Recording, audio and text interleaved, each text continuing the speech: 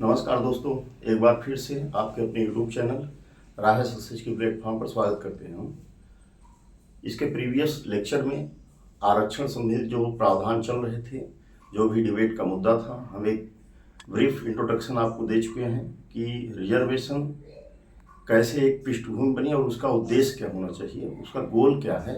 यह बातें रिजर्वेशन पे चर्चा कर चुके हैं हम इसके लास्ट वाले लेक्चर में। आज हम यह देखने की कोशिश करेंगे कि रिजर्वेशन की जो पृष्ठभूमि थी वहाँ से आते हुए और क्या आने वाले समय में रिजर्वेशन भारत में समाप्त होने वाला है या फिर इसे समाप्त कर देना चाहिए। लोगों के सरकार के द्वारा जो बातें चल रही हैं, न्यूज़ में आप भी देखते हैं इस राजनीति के दौर में, इलेक्शन के टाइम में। तो आज एक बार इस पर हम एक ब्रीफ अपनी समझ विकसित करेंगे कि क्या बातें चल रही हैं और किस बेस पे वह बातें हो रही हैं कि रिजर्वेशन समाप्त किया जाना चाहिए या समाप्त होने वाला है।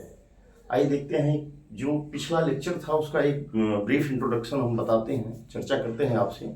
हम आपसे बता चुके हैं कि जो आरक्षण का प्रावधान था 1902 में महाराष्ट्र के कोल्हापुर से शुरू होता है, छत्रपति साहू जी महाराज के द्वारा। वहाँ पे 50% का आरक्षण गैर ब्राह्मण जातियों को दिया गया। उसके बाद भारतीय संविधान में, इतिहास में आप पढ़े हैं, 1909 के पृथक निर्वाचक मंडल में वहाँ पर मुस्लिमों के लिए अलग से एक प्रावधान कर दिया गया, पृथक निर्वाचक मंडल, सेपरेट इलेक्टोरल सिस्टम चालू किया गया, जिसमें कि मुस्लिम मतदाता ही मुस्लिम प्रतिनिधि को वोट देगा। अन्य जो भी मतदाता हैं, नागरिक हैं, वह मुस्लिम को ना वोट देंगे और ना ही उनको चुनेंगे। मुस्लिम उम्मीदवार खड़ा होगा और मुस्लिम सदस्य ही उसको वोट देके अपना एक प्रतिनिधि सदन में बैठाएगा। तो यह एक तरीके से अंग्रेज 1909 का जो प्रावधान लाने की जो पृष्ठभूमि बनी, वह शुरू होती है 1905 के बंगाल विभाजन से। आपको पता है कि 1905 में जब बंगाल विभाजन हुआ तो उस समय पूर्वी बंगाल और पश्चिमी बंगाल को अंग्रेजों के द्वारा अलग कर दिया गया। इसके बाद देश में एक व्यापक विरोध का परिस्थितियाँ एक विकसित हुई और व्यापक विरोध हुए। मुस्लिम और हिंदू आपस में एक दूसरे पर राखी बांधते हुए और जबरदस्त एकता का प्रदर्शन करते हुए आगे वो इस चीज़ का विरोध किए कि हमको अलग नहीं किया जा सकता है। लेकिन बाद में अंग्रेजों के द्वारा मुस्लिम प्रतिनिधियों से मिलने पर यह पूछा गया कि क्या आपको इससे फ़ायदा है।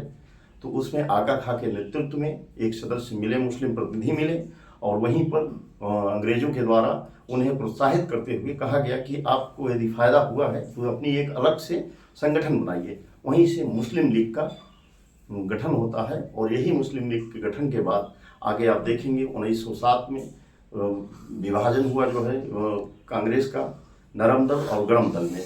बाद में अंग्रेजों को यह समझ में आया 1905 के आंदोलन को देखते हुए बंगाल विभाजन के, कि अगर भारतीयों को पृथक करके थोड़े थोड़े समूहों को अलग किया जाए तो इनकी एकता को तोड़ा जा सकता है। इसी तथ्य को, इसी कंसेप्ट को, फूट डालो राज करो की नीति की अवधारणा को अपनाते हुए 1909 में पृथक निर्वाचक मंडल की धारणा बोले आए, जिनसे कि मुस्लिमों को एक अलग कर दिया गया। और वही 1909 का पृथक निर्वाचक मंडल टू नेशन थियरी का कंसेप्ट बिल्डअप कर दिया, जो भारत और पाकिस्तान को विभाजित करने के लिए जो पौधा लगाया गया, जो वृक्ष लगा उस समय, वो यही 1909 का पृथक निर्वाचक मंडल था, जिसने यह आधारशिला रख दिया कि आगे चलकर भारत और पाकिस्तान का विभाजन होना सुनिश्चित हुआ। यही यह तथ्य रहा। 1909 के बाद हम आपको बताएं, 1909 के पृथक निर्वाचक मंडल के बाद 1919 में यह फिर से मॉन्टेग्यू चेम्सफोर्ड के द्वारा एक अधिनियम लाया गया और उसमें 1919 में ईसाइयों, सिख और एंग्लो इंडियन यूरोपियन को अलग इलेक्टोरल पद्धति देते हुए उसमें यह बात रखी गई, यह नियम बनाया गया कि ईसाई, क्रिश्चियन और सिख, यूरोपी जितने भी थे भारत में, और एंग्लो इंडियन, यह अपने अलग प्रतिनिधि चुनेंगे और खुद का अपना वोट देंगे। जैसे 1909 में मुस्लिमों के लिए पृथक निर्वाचक मंडल था, उसी तरीके 1919 में जो है यह सिस्टम लाया गया सिख, ईसाई और एंग्लो इंडियन, यूरोपियन के लिए। तो एक तरीके से तो एक तरफ मुस्लिमों को इन्होंने अलग कर दिया, फिर अगले स्टेज में इन्होंने सिख, ईसाई और एंग्लो इंडियन जो थे उनको अलग कर दिया भारत से। इस तरीके से वो अपने फूट डालो राजनीति के अवधारणा पे सफल होते दिखाई दिए। फिर 1919 की धारणा के बाद 1919 का जो पृथक निर्वाचक मंडल सिख, ईसाई और एंग्लो इंडियन के लिए जो पद्धति इन्होंने दिया उसी की समीक्षा करने के लिए 1929 में बोले कि 1929 में हम इसका रिव्यू करेंगे, एक बार इसका अवलोकन करेंगे कि क्या इसमें कमियां रह गई और क्या इसमें सुधार हुआ। तो 10 साल के बजाय आने के पहले ही 1927 में ही साइमन के नेतृत्व में साइमन कमीशन भारत आया, लेकिन उस साइमन कमीशन में भारत का कोई भी प्रतिनिधि, इतनी बड़ा भारत, कोई भी प्रतिनिधि भारत का शामिल नहीं था। इस चीज बात को समझते हुए भारतीयों ने, जो अंग्रेजी भारतीय आईएनसी के जो नेता थे, स्वयं महात्मा गांधी द्वारा यह बात कही गई कि अंग्रेज बिल्कुल हम लोगों को एक चूहे की तरह समझ रहे हैं और एक प्रयोग कर रहे हैं हम लोगों के ऊपर। इसमें 1927 में कोई भी भाई अगर कोई पद्धति या किसी का ऑब्जर्वेशन भारत में करने वो आए हैं 1909 का, तो उसमें हमारा प्रतिनिधि होना चाहिए, हमें बताना होगा कि इसमें क्या कमियां रही और क्या अच्छाइयां रही। लेकिन कोई भी प्रतिनिधि भारत का साइमन कमीशन में शामिल नहीं था। साइमन गो बैक का नारा लगा और एक मूवमेंट चला। उसमें उस साइमन गो बैक के नारे में लाला लाजपत राय की लाठीचार्ज में मृत्यु हुई और उसमें लाठीचार्ज करने का जो नेतृत्व कर रहा था वो सैंडर्स हुआ। तो उसी समय लाला लाजपत राय ने एक बात कही थी कि मेरे ऊपर पड़ रही लाठी अंग्रेजों पर आने वाले समय में अंग्रेजों के कफन पर एक कील ठोकने की समान होगी, और यही हुआ। आगे चल के भगत सिंह के द्वारा सैंडर्स की हत्या कर दी गई। भगत सिंह की फांसी में सबसे बड़ा योगदान यही रोल रहा कि सैंडर्स की हत्या उन्होंने की थी, जिसने लाला लाजपत राय की लाठीचार्ज के द्वारा हत्या की थी। इसके बाद 1919 में जब साइमन गो बैक का नारा लगा, तो साइमन गो बैक का विरोध होने के लिए साइमन कमीशन का इन्होंने ब्रिटेन में गोलमेज सम्मेलन आयोजित किया और उसमें बोला कि ठीक है, आप लोगों ने इसमें भाग नहीं लिया, आइए हम यहाँ बैठकर चर्चा करते हैं कि क्या होना चाहिए। तो साइमन कमीशन के विरोध में राउंड कॉन्फ्रेंस टेबल थी, उसमें जो है गोलमेज सम्मेलन में, प्रथम गोलमेज सम्मेलन में गांधी के द्वारा या कोई भी कांग्रेस का प्रतिनिधि भाग नहीं लिया। सेकेंड गोलमेज सम्मेलन में गांधी और अंबेडकर दोनों गए और वहीं पर अंबेडकर ने यह बात रख दी अंग्रेजों के सामने कि हमें अलग से सेपरेट इलेक्टोरल सिस्टम दिया जाए, जैसे कि मुस्लिमों को दिया गया है। और यह बात अंग्रेज मौका भुनाने का समय आ गया था उनको, और इसी में गांधी जी यह बात सुनकर वहां से वापस आए। और जब यहाँ से गए थे गांधी, आज जो गांधी का विरोध करते हैं, किसी ने गांधीवाद को पढ़ा ही नहीं। उस समय वह व्यक्ति जो बैरिस्टर की पढ़ाई करते हुए लंदन में रहा और तमाम सुख सुविधाओं को अर्जित करते हुए अपना जीवन आगे बढ़ा रहा था, एक कपड़े में, एक धोती में और एक डंडा लेकर उसने ब्रिटेन में एक मास मूवमेंट की तरह वहाँ उनका भव्य स्वागत किया गया और समझा गया कि एक ऐसा व्यक्ति जो एक कपड़ा पहने हुए और एक लाठी लिए हुए पूरे ब्रिटेन को हिला दिया साइमन कमीशन के बाद। वहाँ से भी वो कॉन्फ्रेंस छोड़कर चले आए सेकेंड राउंड टेबल की, और यहाँ आकर वो यह अंग्रेजों से यह बात कहें कि अगर आप एक सुधार नहीं करेंगे, आप सुधार का कंसेप्ट नहीं करेंगे, एक स्वतंत्रता देने पर आप विचार नहीं करेंगे, स्वराज्य का हमें देने का विचार नहीं करेंगे, तो हम आपके कानून को अगर तोड़ने लगेंगे तो आपके पास बहुत समस्याएं होंगी। आप ऐसे ही समझिए कि अगर जैसे हम ही कोई व्यक्ति भारत का आज ही नागरिक कानून तोड़े कि रेड लाइट जहाँ सिग्नल ट्रैफिक पे होती है, अगर वो चाह ही ले लोग कि हम इसको पालन नहीं करेंगे, कितने लोगों को पुलिस रोक सकती है? नहीं रोक सकती है वो।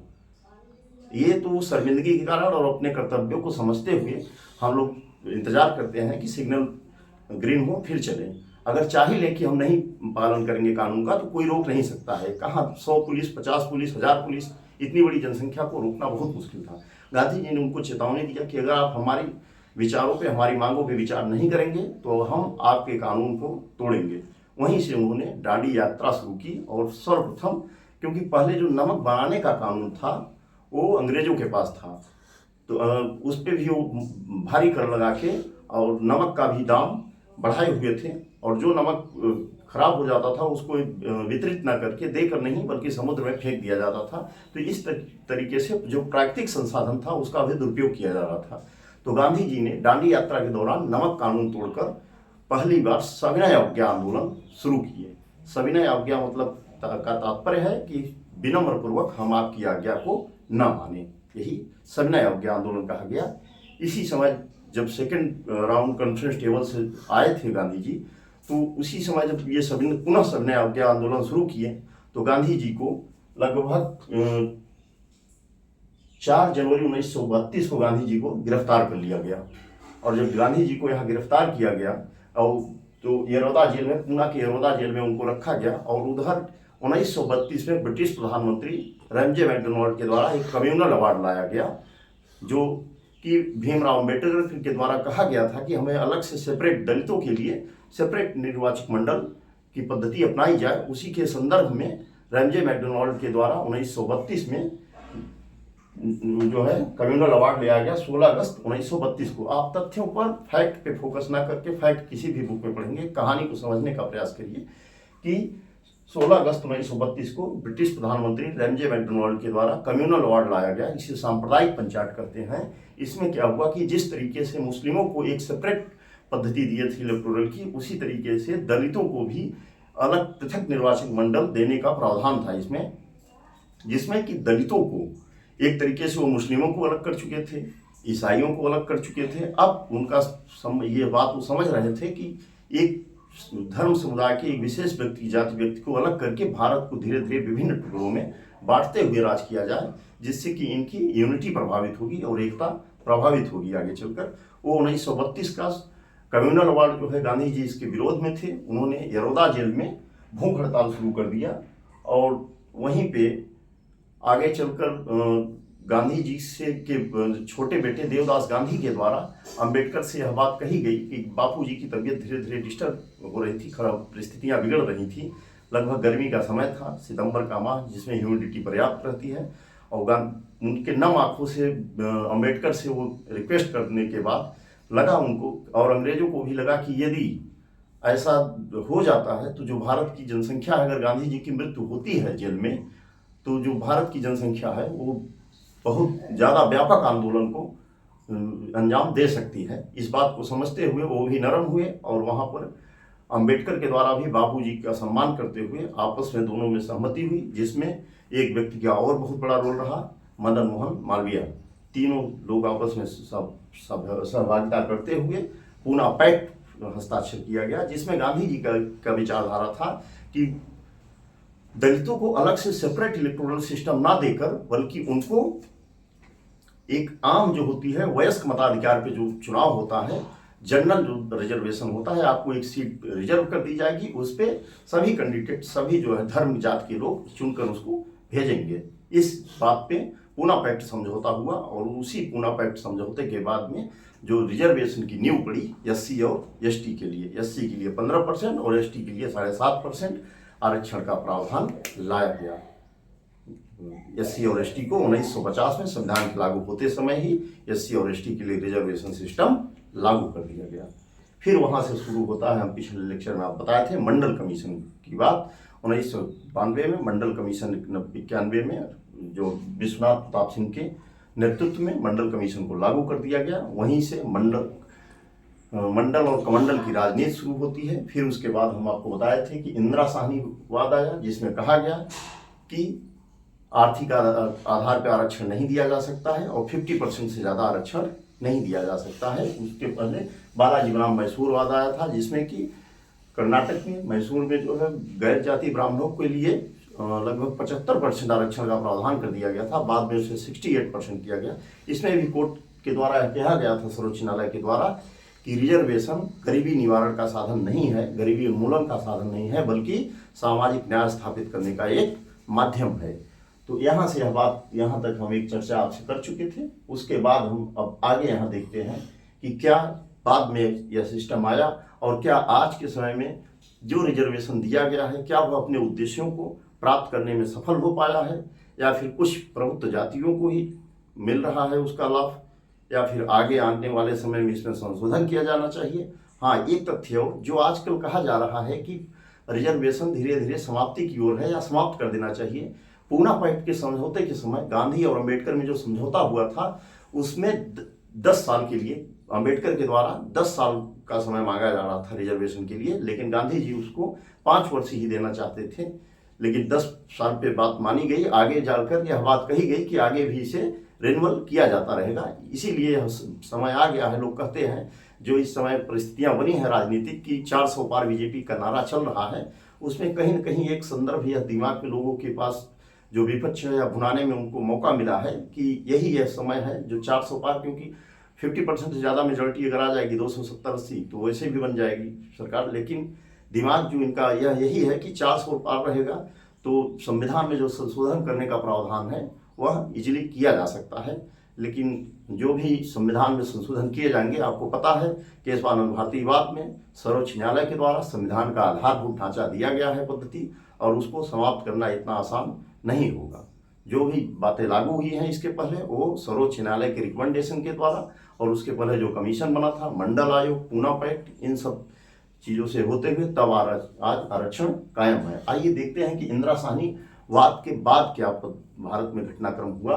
दरअसल इंदिरा साहनी वाद के बाद 76वां संविधान संशोधन के द्वारा तमिलनाडु में 69% आरक्षण देके उसको 9वीं अनुसूची में शामिल कर दिया गया। और 9वीं अनुसूची का प्रावधान प्रथम संविधान संशोधन 1951 के द्वारा लाया गया था। इसमें यह बातें कही गई कि जो 9वीं अनुसूची में प्रावधान डाल दिए जाएंगे, भूमि सुधार आंदोलन जब चल रहा था उस समय यह अनुसूची लाई गई थी, और उसमें यह बातें कही गई कि जो 9वीं अनुसूची में जो प्रावधान डाल दिया जाएगा उसका न्यायिक समीक्षा, जुडिशरी रिव्यू नहीं संभव होगा, उस पर न्यायपालिका कोई भी अपना विचार नहीं रख सकती है।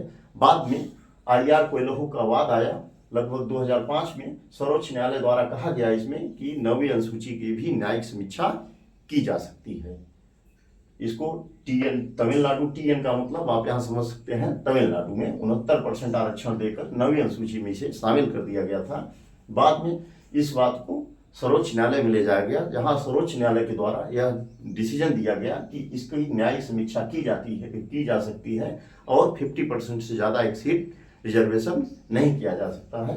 तो IR कोयलहो वाद कहीं कहीं यह पूछेगा, किसी भी फैक्चुअल डेटा में पूछ सकता है ऑप्शन में कि न्यायिक समीक्षा की धारणा को 9वीं अनुसूची की न्यायिक समीक्षा की जा सकती है, यह किस वाद में आया था, यह बात किस सर्वोच्च न्यायालय ने यह जो है डिसीजन किस वाद में दिया था। तो IR कोयलहो वाद 2005 में कहा गया सर्वोच्च न्यायालय के द्वारा कि 9वीं अनुसूची की न्यायिक समीक्षा, रिव्यू या ऑब्जर्वेशन हो सकता है। उसके बाद 66 के बाद 67 कॉन्स्टिट्यूशनल अमेंडमेंट एक्ट 1955 में आया, जिसमें कि 16(4) के ए में जोड़ा गया, आर्टिकल 16 की क्लास 4 के ए में जोड़े गई यह बात कि SC/ST को प्रमोशन में आरक्षण। यह जब हम आपको आर्टिकल 15 और 16 बता रहे थे तो वहां भी एक बार इसकी चर्चा की जा चुकी है कि SC और ST को प्रमोशन में आरक्षण का प्रावधान दिया जाएगा। और 25वां संविधान संशोधन में कहा गया 85 में कि इसमें जो प्रमोशन में आरक्षण दिया जाएगा इसमें परिवाड़ी ज्येष्ठता का नियम लागू होगा। परिवाड़ी ज्येष्ठता का नियम, मान लीजिए कोई व्यक्ति जो जनरल कास्ट का है वो 2000 में उसकी नियुक्ति होती है, और जो SC/ST कास्ट का व्यक्ति है, दलित वर्ग का, उसका जो नियुक्ति होती है सपोज दैट कि 2003 में होती है, 3 साल बाद होती है। लेकिन नियुक्ति के मामले में तो जनरल का व्यक्ति सीनियर है, लेकिन बाद में दोनों का जो DIG रैंक पे प्रमोशन होता है वो सेम समय पे होता है।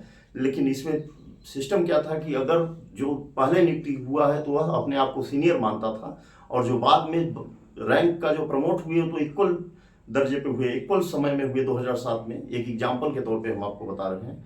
लेकिन जो यह व्यक्ति जनरल का था वो अपने आप को सीनियर मानता था हमेशा कि हम तो इससे सीनियर ही हैं। तो सर्वोच्च न्यायालय ने इस पर डिसीजन दिया 25वें संविधान संशोधन के बाद जो है अधिनियम लाया गया, उसमें कहा गया कि जो प्रमोशन होगा SC/ST का उसमें परिवाड़ी ज्येष्ठता का नियम लागू होगा, अर्थात जब प्रमोशन जिस टाइम पे हुआ वो दोनों इक्वल माने जाएंगे, उसको हमेशा सीनियर माना जाएगा उसी को। इसमें ऐसा नहीं है कि जिसकी नियुक्ति पहले हुई है वो उसका प्रमोशन 2007 में हुआ एग्जाम्पल के तौर पे, और जिसकी नियुक्ति 2003 में हुई है उसका भी बाद में आगे चल के जो प्रमोशन हुआ DIG रैंक पे वो सेम समय पे हुआ। वह अपने जो व्यक्ति पहले नियुक्त हुआ था वह अपने आप को सीनियर मानता था, लेकिन बाद में यहाँ यह नियम बनाया गया परिवाड़ी ज्येष्ठता का नियम कि दोनों को इक्वल दर्जा दिया जाएगा, और आगे चल के जो भी प्रमोशन होगा वह स्वयं को अपने आप को सीनियर मानेगा। फिर आगे इस बात को, इन दोनों संशोधन को 77 और 85 को M नागराज बनाम भारत संघवाद 2006 में चैलेंज किया गया, जिसमें कि सर्वोच्च न्यायालय ने कहा कि 77वां संविधान संशोधन और 25वां संविधान संशोधन वैध है। SC/ST को प्रमोशन में अर्थात प्रोन्नत में आरक्षण हेतु अपर्याप्त प्रतिनिधित्व के आंकड़े प्रस्तुत करना होगा कि जो भी आप राज्य के द्वारा जो SC और ST को प्रमोशन में आरक्षण दिया जाएगा उसमें जो उनका अपर्याप्त प्रतिनिधित्व है, कितने, मान लीजिए 100 पोस्ट है तो उसमें कितने व्यक्ति जो है SC और ST का है, यह बात अगर आप अवगत कराएंगे, डेटा हमें देंगे, तो उसी के आधार पे प्रमोशन होगा। लेकिन बाद में यह आंकड़े सरकार के द्वारा इकट्ठे नहीं किए जाने के बाद जो समस्याएं हुई, तो 2018 में जनरल सिंहवाद आया। इसमें कहा गया कि पर्याप्त आंकड़े अगर मौजूद न रहें तब भी प्रमोशन किया जा सकता है। यह बात 2018 में आई। यह रहा आरक्षण की एक पृष्ठभूमि कि कैसे आरक्षण मिला। पूना पैक्ट में क्या समझौते हुए थे एससी और एसटी को लेकर। एससी को 15% और एसटी को 7.5%। 3 स्तर पर भारत में रिजर्वेशन दिया गया, राजनीति के स्तर पर, शिक्षण संस्थाओं के स्तर पर और लोक नियोजन के स्तर पर। पिछड़े वर्गों के लिए काका कालेकर आयोग बना सर्वप्रथम 1953 में। उसके बाद 1979 में मंडल आयोग बना, उनकी सिफारिशें लागू नहीं हुई। लगभग 1991 में बीपी सिंह की सरकार में उस रिकमेंडेशन को लागू कर दिया गया। और किन आधार पर किया गया? आर्टिकल 16 के क्लास 4 में, आर्टिकल 15 के क्लास 4 में यह बातें कही थी कि राज्य चाहे तो पिछड़े वर्गों के लिए विशेष प्रावधान कर सकता है। और आर्टिकल 340 में यह बातें साफ साफ लिखी गई हैं कि सरकार चाहे तो पिछड़ा वर्ग आयोग बना सकता है, और इसी के आधार पर ओबीसी को रिजर्वेशन दिया गया। आइए देखते हैं कि रिजर्वेशन की विगत 75 वर्षों में क्या उपलब्धियां रहीं, क्या इससे लोगों को बेनिफिट हुआ है, क्या इसका फायदा जो वंचित वर्ग के व्यक्ति थे या नागरिक थे, समूह था, वह इसका फायदा उठा पाया है, और उठा पाया तो कितना पाया, कितना संशोधन हो पाया, कितना वो अपने आप को मजबूत कर सके समाज में। इस बात को एक बार देखने की कोशिश करते हैं। उपलब्धियां क्या रही आरक्षण की? दरअसल विगत 75 वर्षों में जो वंचित वर्ग थे, जो समाज के अंतिम पायदान पे, जो हाशिए पर स्थित व्यक्ति था, उसके सामाजिक और शैक्षणिक स्थिति में सुधार तो हुआ है, यह बात कही जा सकती है, और हुआ ही है। विभिन्न क्षेत्रों में उनकी भागीदारी आप देखिए आज के समय में, वह चाहे राजनीति में हो, चाहे शिक्षण संस्थान में हो, चाहे नौकरियों में हो, हर जगह उनका प्रतिनिधित्व आपको दिखाई देगा। हर कास्ट, हर वर्ग के लोग आज के समय में एक बराबर अपना रिप्रेजेंटेशन दे रहे हैं, अपना प्रतिनिधित्व कायम किए हुए हैं। तो इस बात से यहाँ कहा जा सकता है कि विगत 75 वर्षों में वंचित वर्गों के सामाजिक और शैक्षणिक अर्थात सोशल स्तर पे और शिक्षा के स्तर में स्थिति में सुधार हुआ है। विभिन्न क्षेत्रों में उनकी भागीदारी बढ़ी हुई है। इस तरीके को अगर एरो ऊपर की ओर है तो इसका मतलब है कि उनकी भागीदारी में वृद्धि हुई है। फ्लो चार्ट में आप नोट्स बनाने में यह जो है सिंबल यूज कर सकते हैं, बहुत ज़्यादा न लिखने के लिए। एरो का मतलब कि उनकी भागीदारी में वृद्धि हुई है। दूसरा फैक्ट है कि वंचित वर्गों में अपने अधिकारों के प्रति जागरूकता बढ़ी है।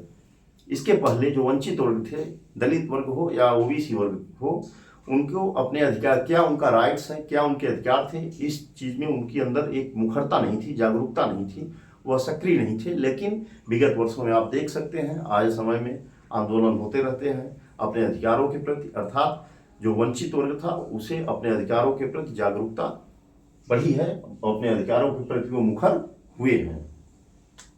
और वंचित वर्गों का समाज की मुख्य धारा से जुड़ाव कायम हुआ है सरकार और संविधान में। अर्थात मुख्य धारा मतलब कि वो अपने विकास में राज्य, चाहे वो सरकार में हो, चाहे वो लोक नियोजन में हो या फिर शैक्षणिक संस्थानों में हो, उनका जो है समाज के मुख्य धारा से जुड़ाव कायम हुआ है। वो समाज के एक साथ में चल रहे हैं और उनका डेवलपमेंट शैक्षणिक, राजनीतिक और लोक नियोजन में हुआ है। यह बात वंचित वर्गों के समाज के मुख्य धारा से जुड़ाव कायम हुआ है, जिसके परिणाम स्वरूप सरकार और संविधान में उनके विश्वास को मजबूती प्रदान किया है। अर्थात उनका सरकार में एक एक्सेप्टेंस और स्वीकार्यता बढ़ी है कि सरकार हमारे लिए काम कर रही है, और संविधान में अपनी एक आस्था बढ़ी है कि संविधान में हमारे लिए भी ऐसे प्रावधान हैं। नेक्स्ट है कि सामाजिक रूपांतरण का माध्यम साबित हुआ है रिजर्वेशन। कैसे? अस्पृश्यता का अंत हुआ है। आज देखिए अपवाद स्वरूप कहीं कहीं यह घटनाएं आज भी समाज में ऐसे दुर्जन व्यक्ति हैं जो कि यह बातें दिखाई देती हैं। आज भी अनटचेबिलिटी का कहीं कहीं घटनाएं दिखाई दे जाती हैं, लेकिन अधिकतर यह मामला देखा गया है कि अस्पृश्यता का अंत हुआ है, और जो सामाजिक दूरी थी जातियों के मध्य लेकर दलित वर्ग को और सामान्य वर्ग और पिछड़े वर्गों में जो आपसी मतभेद था अनटचेबिलिटी को लेकर, वह कहीं न कहीं कम हुआ है। सामाजिक दूरी कम हुई है। एरो का मतलब कि सामाजिक दूरी कम हुई है। नए नेतृत्व का विकास हुआ है। नए नेतृत्व मतलब आज आप देख सकते हैं कि राजनीति में लोक नियोजन नौकरियों में एक नया नेतृत्व, एक नई ऊर्जा के साथ जो वंचित वर्ग के व्यक्ति थे, वह चाहे SC ST या OBC का समुदाय, अपने नेतृत्व अपना कर रहा है। यह बातें हुई। उपलब्धियां क्या क्या है रिजर्वेशन की, आप देख सकते हैं एक बार फिर से। विगत 75 वर्षों में वंचित वर्ग अर्थात हाशिए पर स्थित व्यक्ति का अपने सामाजिक और शैक्षणिक स्थिति में उनका सुधार हुआ है और विभिन्न क्षेत्रों में निर्णय निर्माण में उनकी भागीदारी बढ़ी है। सर्वप्रथम आप ऐसे ही देख सकते हैं कि आज जो भारत की राष्ट्रपति हैं द्रौपदी मुर्मू जी, वो स्वयं एक दलित वर्ग से आती हैं, तो यहाँ से भी आप यह बात अंदाजा लगा सकते हैं। और वंचित वर्गों में अपने अधिकारों के प्रति जागरूकता बढ़ी है कि उनका राइट्स क्या है, उन्हें समाज के द्वारा, संविधान के द्वारा क्या राइट्स मिले हैं, इस चीज़ को लेकर वो अपने अधिकारों के प्रति अधिक मुखर हुए हैं और वंचित वर्गों का समाज की मुख्य धारा से जुड़ाव कायम हुआ है, अर्थात वो समाज के मुख्य धारा में अपना प्रतिनिधित्व साबित कर रहे हैं अपनी क्षमताओं का प्रयोग करते हुए। अगला देखिए कि सामाजिक रूपांतरण का माध्यम साबित हुए हैं, अर्थात अस्पृश्यता का अंत हुआ है, सामाजिक दूरी कम हुई है, जाति और अनटिसेबिलिटी को लेकर नए नेतृत्व का विकास कायम हुआ है। चुनौतियां क्या हैं, क्या चुनौतियां हैं, इस बात को देखना होगा कि रिजर्वेशन देने में क्या चुनौतियां हैं, क्या समस्याएं हैं और क्या कमियां हैं, क्या सीमाएं हैं। यह तीनों एक ही बात हुए कि क्या सीमाएं हैं रिजर्वेशन पद्धति में, क्या चैलेंज हैं और क्या कमियां हैं। एक बार देखने की कोशिश करेंगे कि रिजर्वेशन ने क्या किया है कि समाज में जातिगत विभाजन अर्थात जातिवाद को स्टेबिलिटी प्रदान किया है। यहाँ एक अपने जाति प्रभुत्व होने की यह बात आती है कि जो जात को लेकर स्टेबिलिटी स्थायित्व कायम हुआ है कि हम क्षत्रिय हैं, ब्राह्मण या वैश्य या शूद्र, हम यह जाति हैं, यादव हैं, कुर्मी है, पटेल है, एक जात के नाम पर एक रिकमेंडेशन, एक पहचान जो होनी चाहिए वह मजबूत हुई है, उसको इसने स्टेबल किया है, मजबूती प्रदान किया है। अर्थात समाज में जातिगत विभाजन, जातिवाद को अस्थायित्व प्रदान किया है। जातिगत विभाजन आप इलेक्शन में देख ही सकते हैं। भारत का इलेक्शन चुनाव धर्म और राजनीति के सिवाय डेवलपमेंट पे शायद ही हो, क्योंकि आप आज अभी भी जो प्रचार चल रहे हैं इलेक्शन में, वह देख सकते हैं कि 90% जो मुद्दे उठ रहे हैं वह जातिगत समीकरण और धार्मिक संतुलन को मेंटेन करने के लिए, डेवलपमेंट की बातें बहुत ही सतही तरीके से की जा रही हैं। यह प्रत्यक्ष रूप से आप इसका ऑब्जर्वेशन कर सकते हैं। और वोट बैंक की राजनीति का आधार बना हुआ है, अर्थात रिजर्वेशन जो है वोट बैंक की राजनीति का शिकार हुआ है। हिंसक प्रदर्शन आए समय में होता रहता है। जाट आंदोलन आप देखिए अभी कुछ दिन पहले चल रहा था, गुर्जर आंदोलन चल रहा था, पाटीदार अर्थात गुजरात के जो पटेल लोग थे वह अभी अपने लिए आरक्षण, एक अलग आरक्षण के लिए आंदोलन चला रहे थे। मराठा आंदोलन चल रहा था, किसके लिए? सिर्फ रिजर्वेशन के लिए है। इससे क्या है कि लॉ एंड ऑर्डर की प्रॉब्लम, समस्या अव्यवस्थित हुई है, समस्याएं सामने आई हैं। आरक्षण का लाभ कुछ ही जातियों तक सीमित है, वास्तविक लाभ नहीं मिल पा रहा है। कुछ जातियों का मतलब कि अगर एक व्यक्ति रिजर्वेशन का लाभ पाकर वह समाज की मुख्य धारा में आ गया है, फिर भी वह रिजर्वेशन पाते हुए अगली पीढ़ी को अपने प्रमोट करते हुए आगे बढ़ रही है। कुछ जातियां आज भी रिजर्वेशन मिले या न मिले वहीं की वहीं रह गई हैं। अर्थात रोहिणी समिति सर्वोच्च न्यायालय की न्यायाधीश थी हैं, इनके द्वारा एक समिति बनाई गई थी कि आप OBC में यह ऑब्जर्वेशन करके बताइए कि कितनी जातियों को इसका आरक्षण का लाभ ज़्यादा मिल रहा है और कितने को नहीं, क्या इसका उपवर्गीकरण किया जाना चाहिए। रोहिणी समिति के द्वारा बाद में रिकमेंडेशन किया गया कि इस OBC जातियों का उपवर्गीकरण, सब कैटेगराइजेशन किया जाए, उसमें से कुछ वर्गों को अलग किया जाए जो कि मजबूत हो चुके हैं, समाज की मुख्य धारा से उनका जुड़ाव कायम हो चुका है। अर्थात जो चैलेंज है वो आरक्षण का लाभ कुछ ही जातियों का मिल रहा है, वास्तविक लाभ नहीं मिल पा रहा है कुछ जातियों को, और कानून व्यवस्था के सामने समस्या है। वोट बैंक की राजनीति का शिकार हुआ है। आज भी आप देखिए जोरों शोरों पे इलेक्शन में आरक्षण संबंधित बातें लेकर चल रही हैं। वोट बैंक की राजनीति का शिकार आरक्षण हुआ है।